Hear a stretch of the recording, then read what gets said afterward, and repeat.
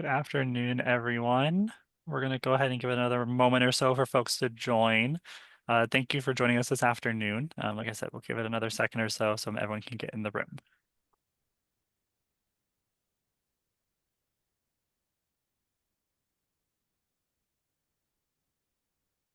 All right.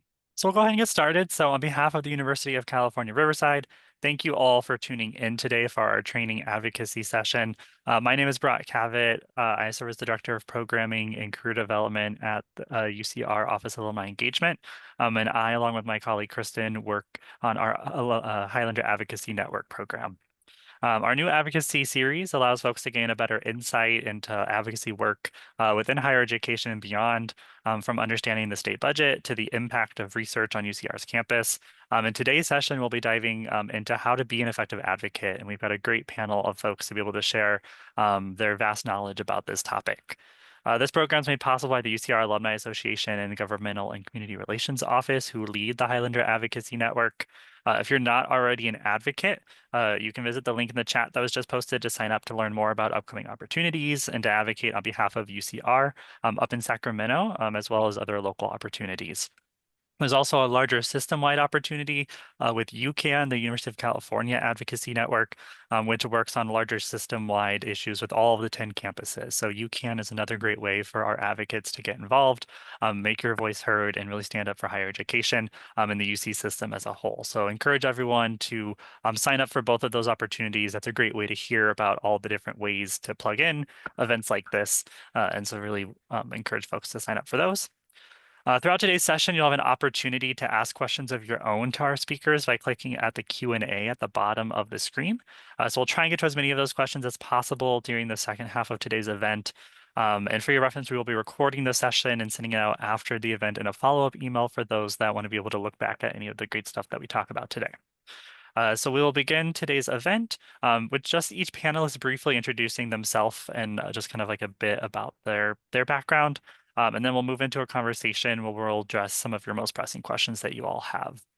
So we'll kind of just first let everyone kind of briefly introduce themselves, your name, either your current role or maybe some of your past advocacy work.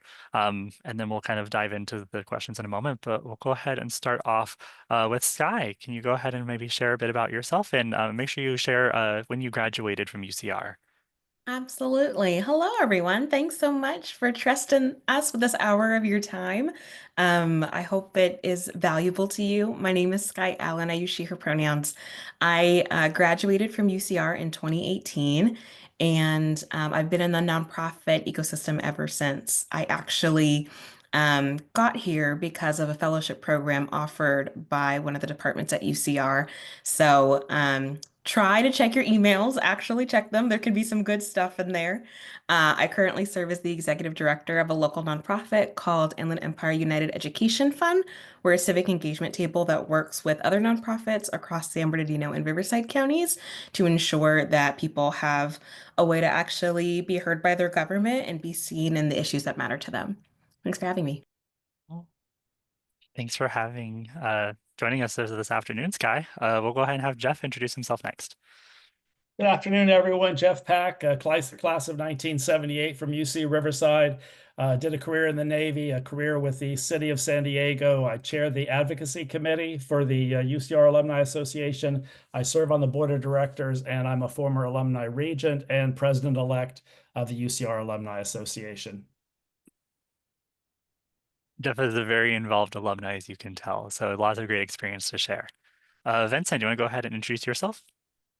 Yes, thank you, Brock. And thank you, UCR Alumni Association, for having this conversation, for inviting me. I'm very honored to be on a very exceptional panel with a really incredible UCR alumni. But hi, everybody. My name is Vincent Rasso. I currently serve as the Director of Government Relations for the University of California Student Association, or UCSA. I've been here for about a year, and I graduated at UC Riverside, class of 2022. Very fresh out here in the professional world. I actually, for the past 2 years, was at a nonprofit organization doing higher education policy and research. at an org called the Campaign for College Opportunity, where I got to meet a lot of stakeholders across California public higher education, really focused on closing equity gaps and increasing college access and college attainment across the state. And so now as director for UCSA for government relations, I get to manage state and federal policy advocacy on behalf of over 230,000 undergraduate students at the UC system. So it's really, really incredible. Get to talk about a lot of different issue areas, and really excited about today's conversation, talk about how to be effective in doing that work.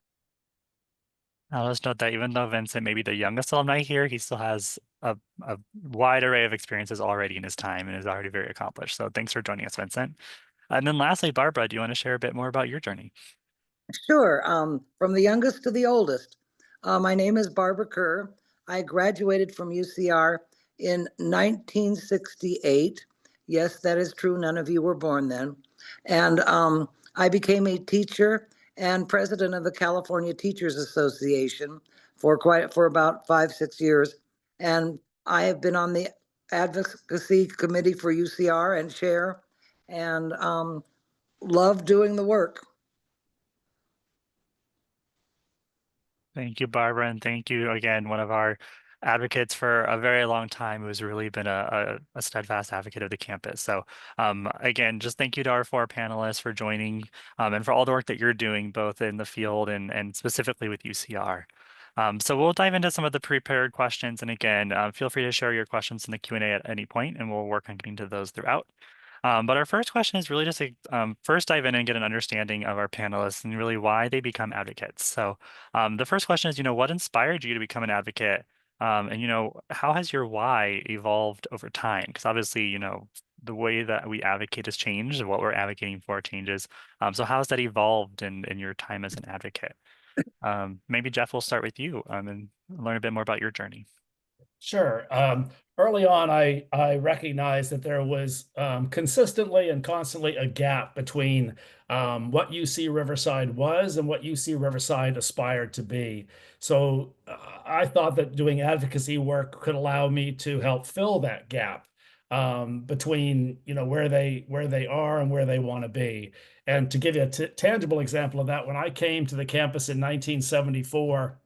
The biomed program, an accelerated program to create doctors for a region that continues to be underserved and full of vulnerable potential patients.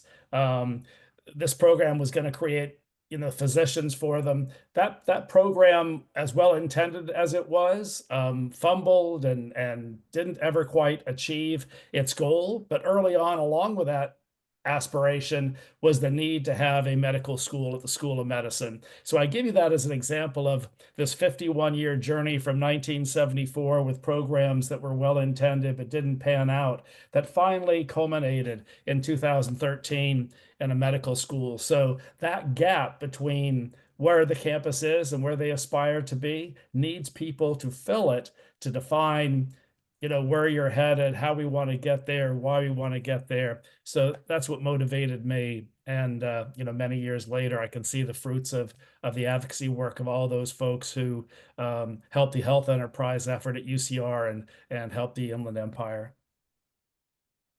And that's something we continue to see grow with some even new announcements in that growth of the health enterprise. And I think really is one of the biggest accomplishments that we can really point to for our advocates here at UCR of, not only helping UCR, but the region, because obviously our region is so, underrepresented when it comes to healthcare. So thank you for that and for all of your work in making that happen. Sky, do you want to share a bit more about, your kind of journey to being an advocate? Sure, absolutely. I can just share personal context.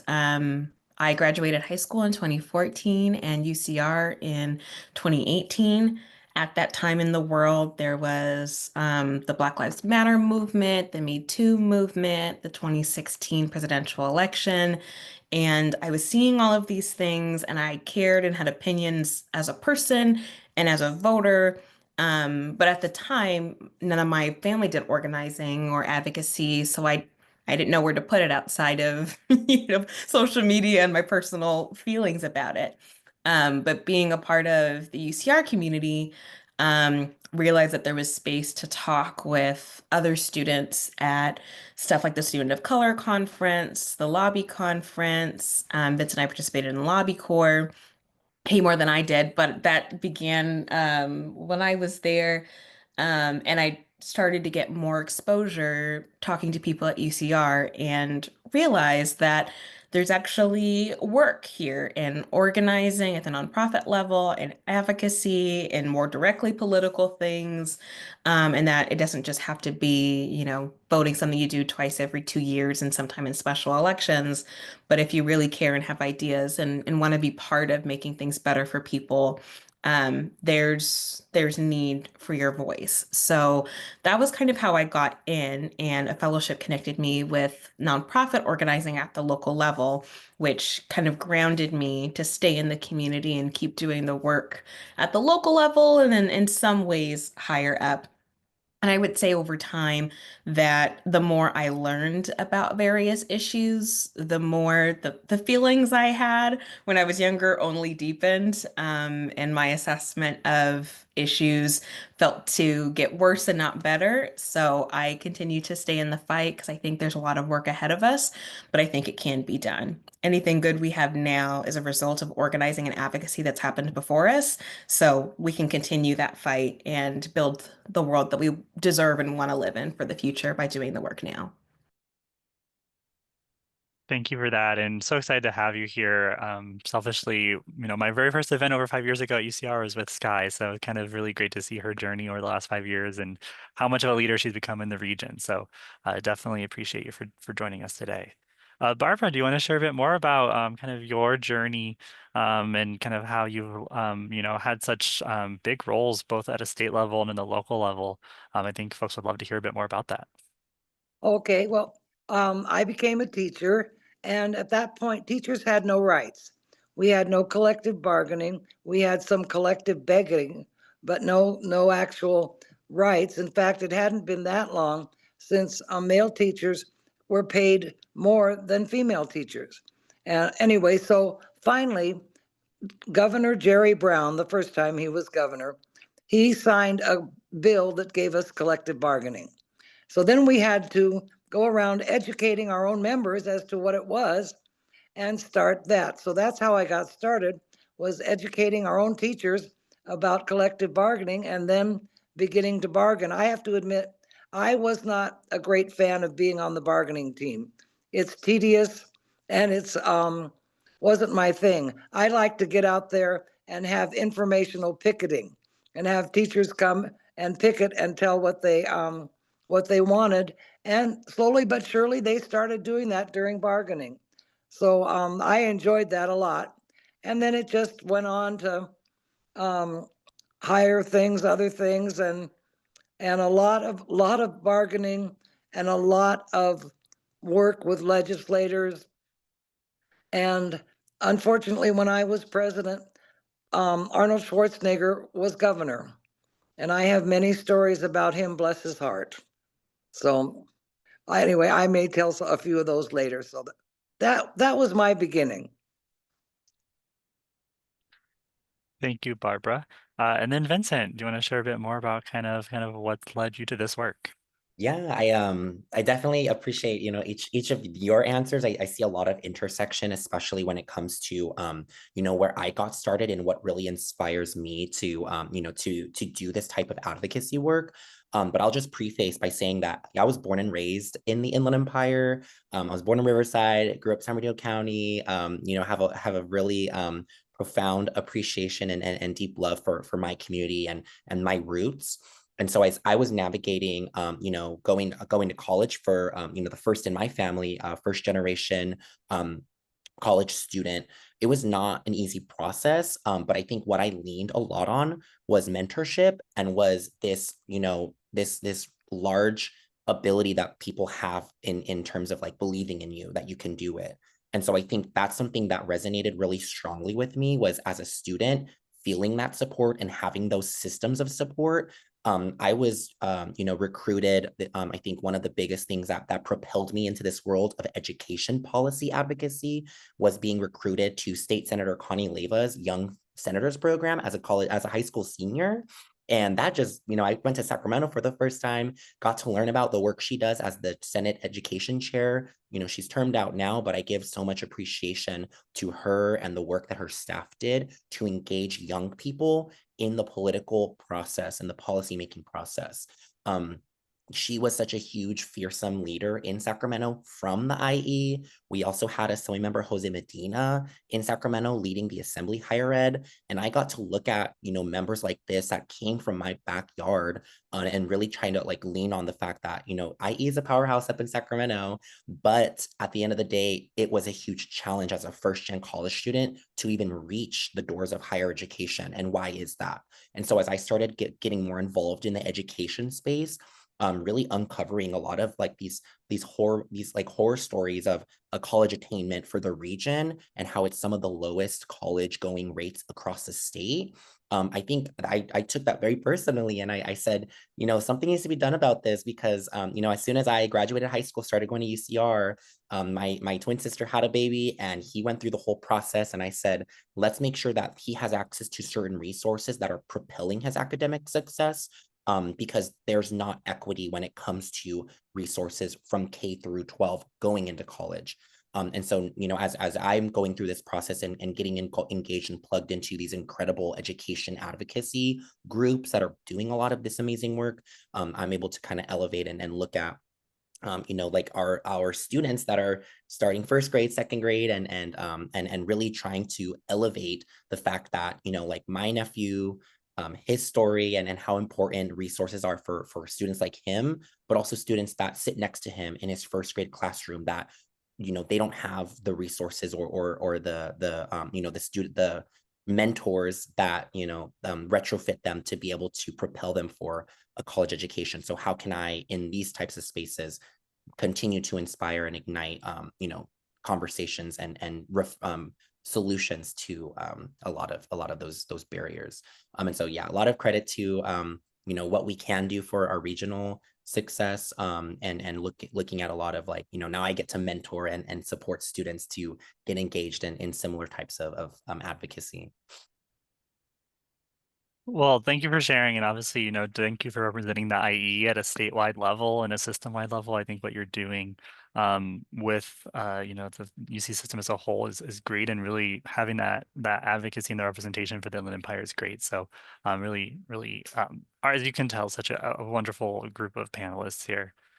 So we're going to dive now into a bit more about the actual work and really looking at how some of our folks that are here that are wanting to be better advocates can really learn from some of the stuff that you've done. So we'll dive into our first question on really the impact of advocacy, and learn a bit more about, how do you ensure that your work that you're doing in organizing and advocacy remains rooted in community needs and equity, and making sure that the work you're doing is really going to make the impact that it needs to in that community, whether it's UCR, the IE, the state as a whole. Because I think that's the hard part right now, is there's so much advocacy to be doing.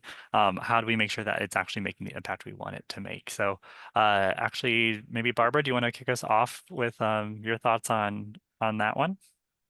Sure. Okay.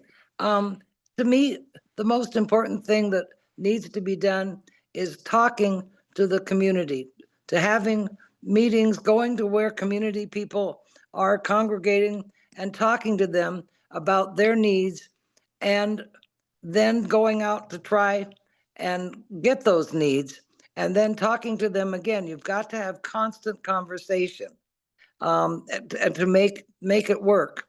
And if you have those conversations, then people are going to believe in you, and then they may even get more involved. But when you're working, conversations are extremely important. I think that's and the other thing that you can do to make sure that the community is getting the equity and the needs is to limit isn't the right word really, but don't have 10 or 15 goals. Start with 1 or 2 or 3 goals and discuss with the community what those should be, and then go for those. And when you get those, keep going. But you can overwhelm and then get nothing done if you're going for 10, even 7, 8 goals at once. That's it. Yeah, I think those are definitely valid points, and really being able to have a true vision in mind is definitely a good point. Sky, do you want to share maybe your thoughts on making sure that this work really remains rooted in our community needs? Absolutely. Yeah, I would echo that. It's really important to have conversations with people in real life. I'm not gonna shame y'all. I'm on social media too. But TikTok, Twitter, Facebook, Instagram, these are not good gauges of how the general public is feeling about things. All of our algorithms, they're so curated and they're so focused, and increasingly they're unreliable given the prevalence of generative AI. There are things on there that are intentionally designed to disinform and push people to thinking certain things that may or may not be true.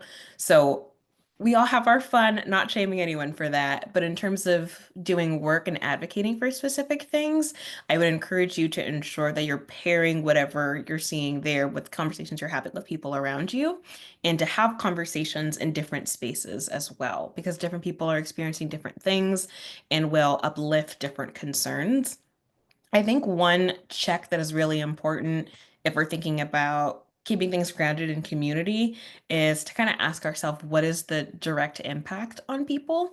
I think a lot about democracy, systems, infrastructure, and those things are important, but those are not always the most personal things, as things that impact people's paychecks, things that impact people's housing, their healthcare. That doesn't mean it doesn't matter, but if we're prioritizing things, if people are suffering in this moment, addressing the suffering is part of that, like gauging what is most important to community in this moment. So to Barbara's point, all of these things can matter. There's more than one or two things that are wrong that are probably on your mind, but you're not going to successfully be able to move 25 things at once. So being able to prioritize and fine tune in those conversations with community will help you figure out what are people's priorities, and then you have to do a personal assessment of where can I offer the most value, because again, you are going to care about more than one thing at a time, but where can you provide the most value in moving something forward? And that's what I would recommend you focus on. I think you really make some great points as we look at the way that social media has really kind of overtaken our lives in a lot of ways. And there's so much information we're getting out at the same time. So I think being able to really listen and dive in that way is some really great advice to share. Vincent, do you want to share a bit more about kind of your thoughts on making sure we're remaining Yeah. rooted in community? Yeah, I think, honestly, adding on to everything Sky said, I think one thing that's really important, especially in the line of work that I do, which is really hands-on with students, but it can go across the board for any community, is doing the groundwork to build the capacity and infrastructure for advocacy that goes beyond what you alone can accomplish. And so a lot of the work I focused on, in my past roles at the campaign, we had coalition hubs where we created feedback loops with regional college access and student service organizations that don't have policy teams in Sacramento, but they are the direct service providers working with students hands-on, and they know what the barriers are and what some potential best practices or strategies are. So how are you giving them the platform to inform some of the policy priorities that you're actually trying to enact in Sacramento or take to DC with actual policymakers? Those are the experts that are in their field, and they deserve the platform, or at least that feedback loop, to educate and inform the advocates. In the work I do now with students, I think the same goes in terms of, you have students from all of these diverse student communities. We need to be innovative in the ways that we're reaching them. And you can't always just expect, exactly to Sky's point, posting a flyer or putting an event together and everybody will come running. We need to create spaces in really innovative ways that are going to reach students. The messaging has changed nowadays, like attention spans have decreased a little bit. So how are we being strategic and getting in front of folks where they're at? And I think a lot of what I rely upon is creating that feedback loop, but for students, for me is putting opportunities in front of them. Students want to be able to get involved and engage, but they want it to be easy and accessible. To Sky's point earlier, when she introduced herself, like she found an incredible opportunity because she was browsing through an email thread. And those are the types of things that I'm trying to cultivate and create, because maybe it'll funnel a student leader into the weeds of some of the big advocacy we're doing to prevent UC's budget from being cut, or to pass a bill that supports our parenting students. I don't know a student parent off the top of my head that I can easily kick up the phone and call, but maybe it'll translate because there's this open access of information and this feedback loop being created, and that groundwork is being built before we even introduce a bill or send a student to Sacramento to lobby on the budget. And so I think that's what I would testify to, is building the infrastructure and capacity by laying that groundwork as early on as you can, and the rest will come. I think that's very valid. I think that's what we're even doing here now, with this Highlander Advocacy Network, building these opportunities for folks to understand and get more plugged in. So it's glad to know that we're kind of doing exactly what y'all suggest, and really making sure that these folks have these tools at their disposal. So thanks, Vincent. Jeff, do you have anything else you'd like to add to that point? Sure. I would encourage everyone, in the interest of authenticity and uniqueness to what you're bringing to the advocacy role, to really look at yourself and your community.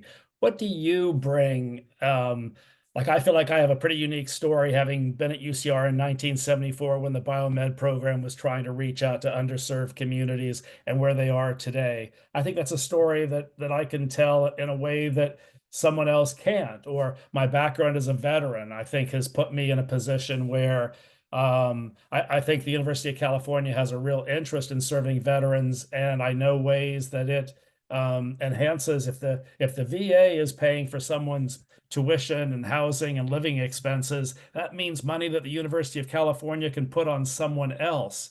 But unless I share that with legislators and community leaders and other veterans, they may not know that message. So I would think about who you are, what you bring, and the community you're from. And I think in doing so, if everyone does that, it really spreads the equity of the different inputs and the different needs that the University of California is obligated to serve in the interest of the state. Thanks, Jeff. Just a reminder, in a few minutes, we will be addressing questions from today's audience. So please remember to submit your questions using the Q&A at the bottom of the screen, and we'll try and get to as many of those as possible in just a moment. But our next question really looks at, the political world and advocacy organizing in general right now. It seems very divisive when we look at the current political landscape. And so when looking at advocating and organizing, especially as part of C3 organizations that have to remain nonpartisan and not dive into electoral politics, how can advocates effectively influence policy without becoming partisan, and really working kind of across the aisle with folks to kind of really build that shared vision with folks that maybe don't fully align values, but still have a core common goal? So I'd love to hear folks take on kind of really working in a nonpartisan manner, and really kind of diving in there. So Vincent, you want to maybe kick us off with this one? I'm like, yes, oh my God, I'd love to. Yeah, I'm actually really excited. I've been in this role about a year, and I actually just had my first bill signed by the governor about a month ago. And so it was really, really exciting. We had bipartisan support from members of the state legislature. And I think what was really exciting was framing a lot of our policy priorities through the lens of how improved college access and student success impact California's economy and our workforce, and how that propels us to improve our communities. We're passionate about our Inland Empire region. How are we increasing, attainment, so that, that return on investment, students graduate and stay here for, competitive skilled job opportunities. And so I was really excited to have a whole slate of legislation with UCSA this past year, really frameworking a lot of our priorities through student narratives and student perspectives. These are lived experiences that are not political, they're not polarizing. They're very much like, I'm telling my story of struggling with food insecurity on my campus because I'm just, I don't have enough. I'm working hours trying to pay for my car payment and my books. And sometimes the bill is just not enough for me to cover, food for the week. And so how are we framing those student narratives, those stories in a way that compels anybody that's willing to sit at the table and listen to you? I think a lot of what we deal with is having really incredibly important discussions in policy. I love talking policy. I'm a less fan of politics, but I love talking policy. And what's really important is building concessions into policy that makes sure that it works for everybody. There was things that were put on the table that I had no idea didn't work for USC as a private institution versus K-12 schools, because I don't really deal with those types of stakeholders. And so I appreciate that feedback. I'm very honest and transparent and responsive to it. And I think that's what really, really is important is knowing how the policy process works. We want to build something that works as best as it can for as many people as it can, but we also want to center those that are impacted at the core, which is for my case is student stories. How are we making sure that that's being translated into the broader perspective of, this is gonna improve everybody's lives as long as we're graduating students, getting degrees into the workforce, but also improving students' like lives and the success of their stories and their families. Thanks, Vincent, and congratulations on the bill. That's so exciting and really cool to be able to see the work being done and actually making it into law. So great work. Barbara, do you want to chime in on thoughts on kind of working in a nonpartisan way? Just a few. If you're trying to do something in Sacramento and you have some policy or something that you feel is important, then you should make sure that you make appointments with Republicans, Democrats, and who knows what else. And do the same thing at home and make the effort. And I can't say that I believe that will always work, but make that effort. And I think you will at some point get a few of these people who may not agree with you to come around because you're paying attention to them and you're not ignoring them. And another part of that I wanted to get in here somewhere, so I'm going to get it in here, is if you're dealing with legislature, if you're doing with city officers, whatever, make sure that you spend time with their staff, because the staff knows and understands more than the actual legislator does. The staff make sure that you take the time, and and that's a way to talk to both sides of the aisle and not be as partisan, because going with the staff, you will make a difference. So I had to get that in somewhere. I think that's an important thing to get in, and thanks for sharing. I think as simple as it sounds, I think that's really important information, is to just be willing to connect and communicate, and it may not always go the way you want, like you said, but it still shows that you're invested. So thanks, Barbara. Sometimes people will be going to different legislators and they'll be a bit insulted because the legislator doesn't have time, and so you meet with the staff. Actually, in some ways, you're lucky, because the staff will take the notes, they will understand it, they will explain it better. Yeah, very true. Sky, what thoughts do you have on this part of this topic? Yeah, I want to start by saying you're allowed to have opinions, you're allowed to hold them, and they're allowed to not all be the easy stuff, right? Having a perspective is not inherently partisan.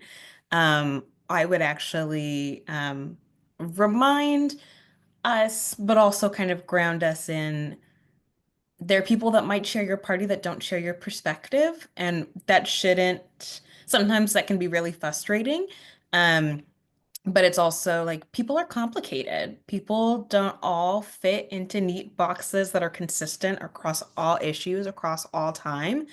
There are phrases like no permanent friends, no permanent enemies. And I think that sort of mentality, though sometimes can be used in a toxic way, I think is a helpful just reminder in policy spaces, because you never know who's going to agree. You never know who's going to disagree. To Barbara's point, there can sometimes be points of agreement that might be different about how you were thinking about the issue, but if someone else is approaching it a different way, You might land at the same place, but you may not be talking to each other in a way that you're both hearing each other because you're internalizing it differently.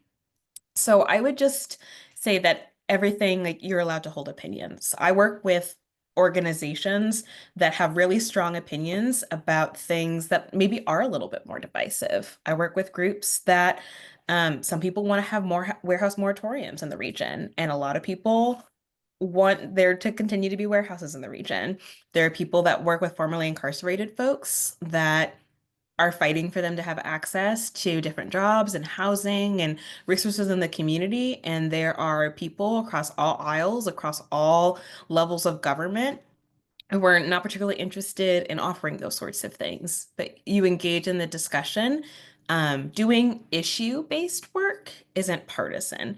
If you're focused on climate and environmental justice, that's not a partisan issue. You can engage in that with anyone.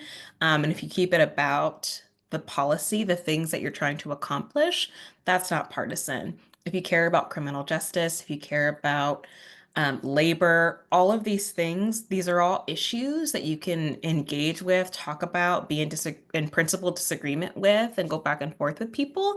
And it's not partisan. And you should view all of these things as different opportunities. Talk to people as people. And as Barbara said, don't give up hope that they might come around. If you understand their background, that might help you understand how to talk with them, that might give you some indication about how they might feel on this and how they might vote if it comes to that. But don't block blessings, not allowing the conversation to happen. I think that's how we um, keep us from moving the ball forward, by just making assumptions that maybe we'd be proven wrong around. So those are some things that I would offer, that just to continue to add nuance to the conversation. Absolutely. I just want to elevate one thing you mentioned too, of, really understanding maybe someone you wouldn't typically agree with, but, understanding their voting history, their passions and values, because at some point there's going to be some type of overlap in that. And if it's even, maybe 15% of the time they vote with how you would want them to, maybe that 15% you need to look at and figure out, that's the connection you can make with them. So I think that's a great piece in the work that I do. And I just really wanted to elevate that point. Jeff, other things to add on kind of, doing this work without becoming partisan?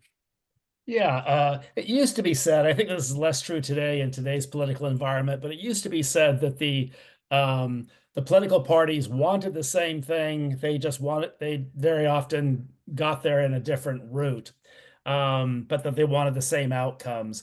I think what's a good takeaway from that is focus on outcomes, as opposed to shifting their priorities. But if you focus on increased access to education, to better healthcare, to an environment that's more economically viable, and what those differences will make to people.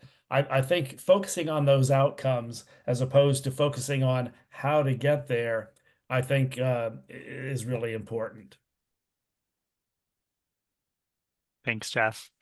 So we're going to pivot now and start taking some questions from our audience.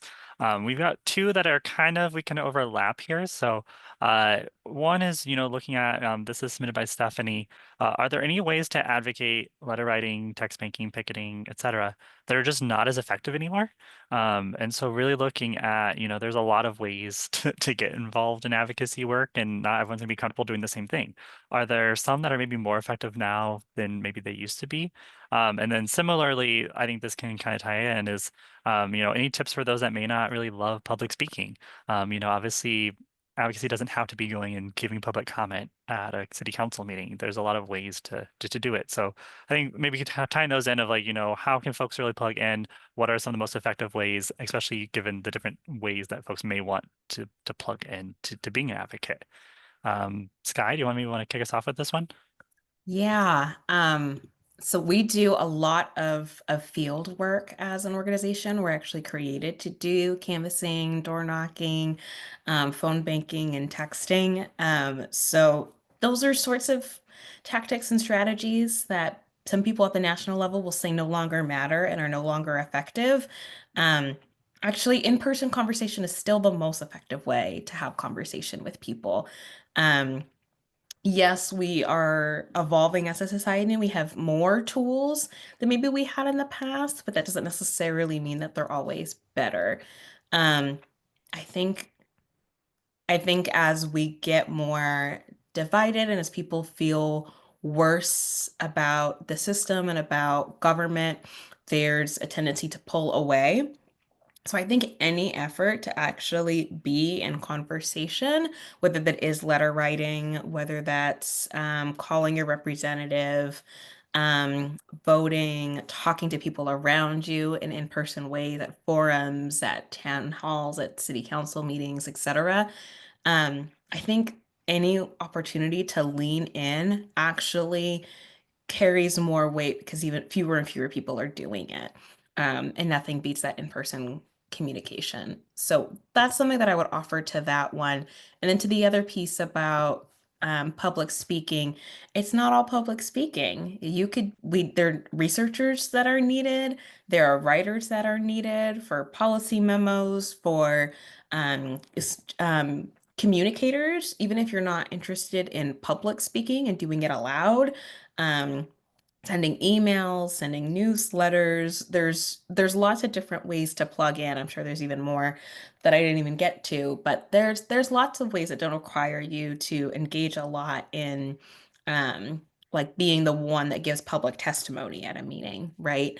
Um, but there's plenty of ways to advocate and then also career wise to dive in without needing to be the elected official or the public speaker. So that's how I'd answer those two, but open to other folks adding on as well.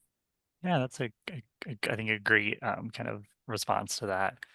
Jeff, anything to add on to what Sky shared?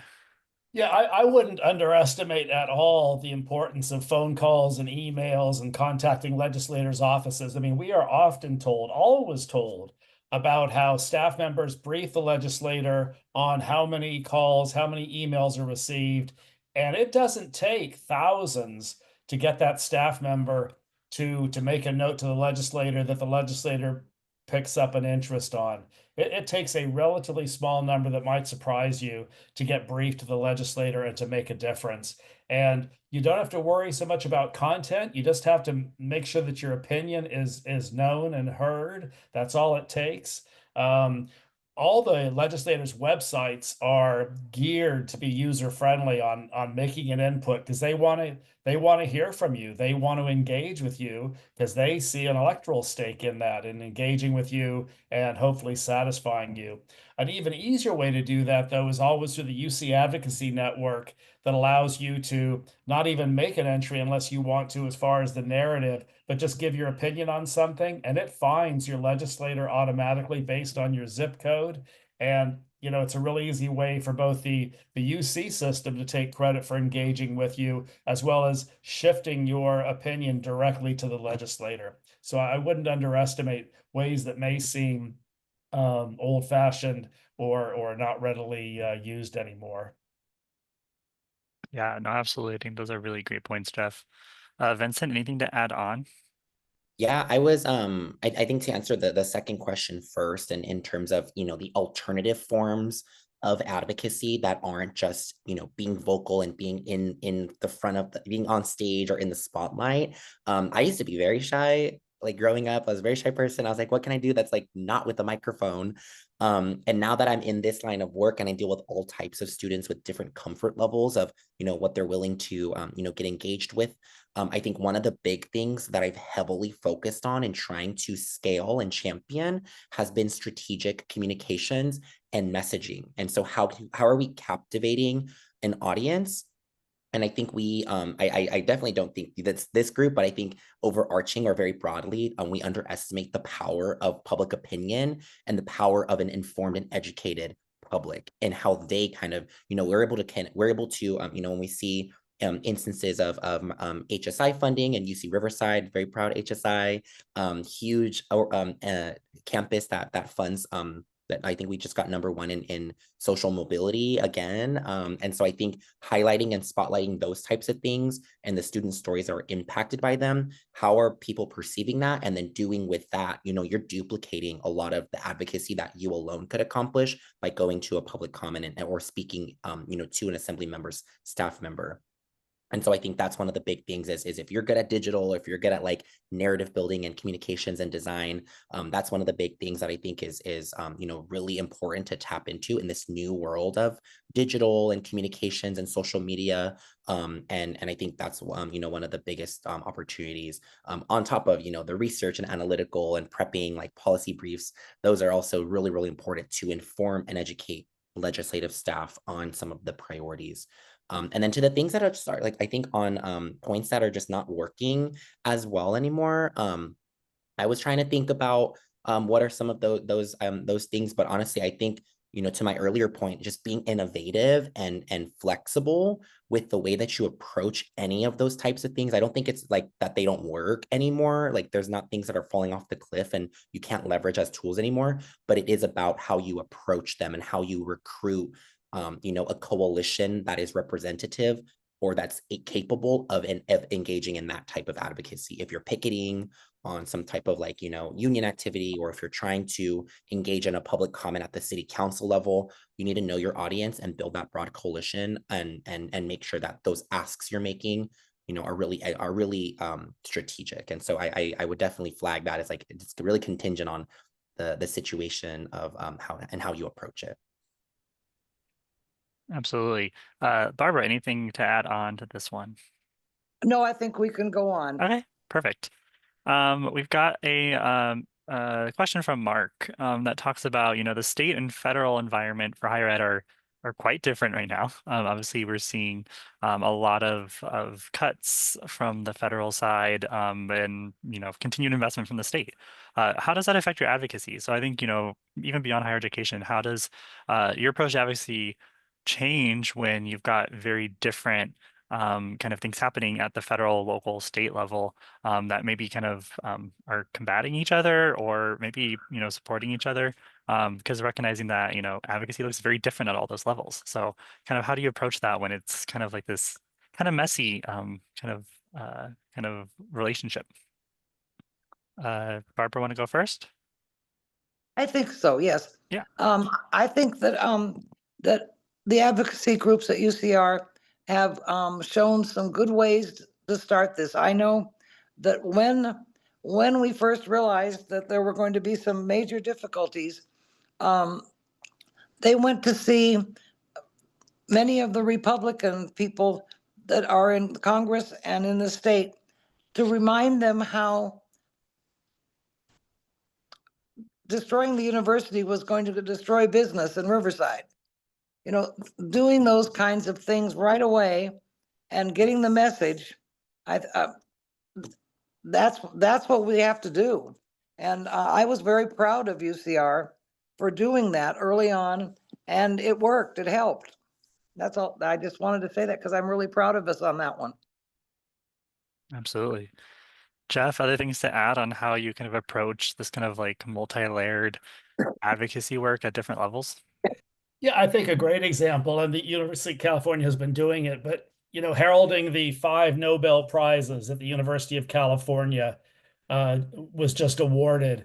And I don't think anyone's opposed to the United States getting Nobel Prizes, but they may not know the linkage of the people of California funding the University of California and the federal funding that the University of California gets is essential to that progress and that setting us aside in the eyes of the world, and that will become vulnerable and challenged if federal funding doesn't continue. Making those arguments for things like that, are important. And that's what the UC has been doing in this challenge, to sort of, make the case for what difference federal funding makes in a state institution. Absolutely. And I think, we saw this past year, the state, really stepped up and made sure we were looking at potential up to, 70% of cuts at the UC system. And when we saw what was happening at the federal level, our state legislators realized like we can't implement these cuts this year, our UC system needs the support. So I think it's really interesting to look at the way that advocacy's changed. I mean, I don't think going into this year we'd planned on having to advocate for the way we did. So I think a lot of it is, it's flexible and it changes based on what's happening at the different, state, federal, local levels. So I think you have to be very flexible and be able to pivot because your message may change because of things that are impacted in ways you didn't know were going to. So that's a great point. Vincent, anything to add about kind of the layers of advocacy? Yeah, I think to the point of having like dealing with very different environments and in the politics of the state and federal, I think understanding how some of these processes work has been like, I think my big grace and savior is just like understanding like where are the power players, where does like the influence lie right now, and then how do you focus on and really kind of delve into that level of support area. And so I think one of the big opportunities that arose for us is cultivating relationships with legislative leadership in certain committees where we're like, okay, well, we really want to, support policies that are going to be education related, and we're taking them through Senate and Assembly education committees.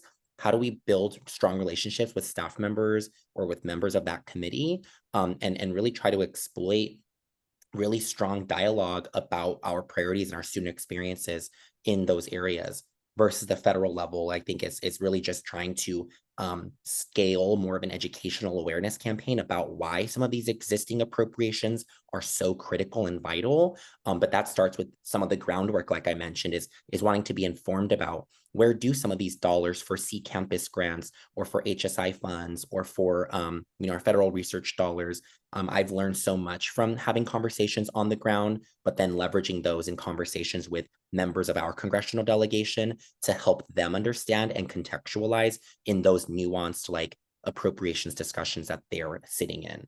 And so as polarizing and political as it could get at state federal, I think being able to have a good power map in your head, but also in your network of who are those power players and who can you really pick up the phone and rely on when the time is necessary or it's right. Perfect. Thanks, Vincent. We are getting towards the end, so I do want to make sure we get at least one more question in before we get kind of final thoughts from folks. And one I think is really important for folks right now because I feel it myself. I think a lot of folks feel the burnout, the fatigue, the doom scrolling. And this could be a tough question because I don't think anyone has the right answer to this right now. But it really briefly, just can everyone maybe share just how do you as an advocate avoid burnout personally within your teams or environments? And it can be as simple as bubble baths or whatever that looks like for you, or taking your space. But again, wanted to just briefly maybe have each person share just quickly what is it that you do to avoid burnout, and what can folks do? So Jeff, want to maybe share on your end? Sure. Number one thing is I think keep turning up, I think is essential. The need for this, the responses will be different, but the need is constant.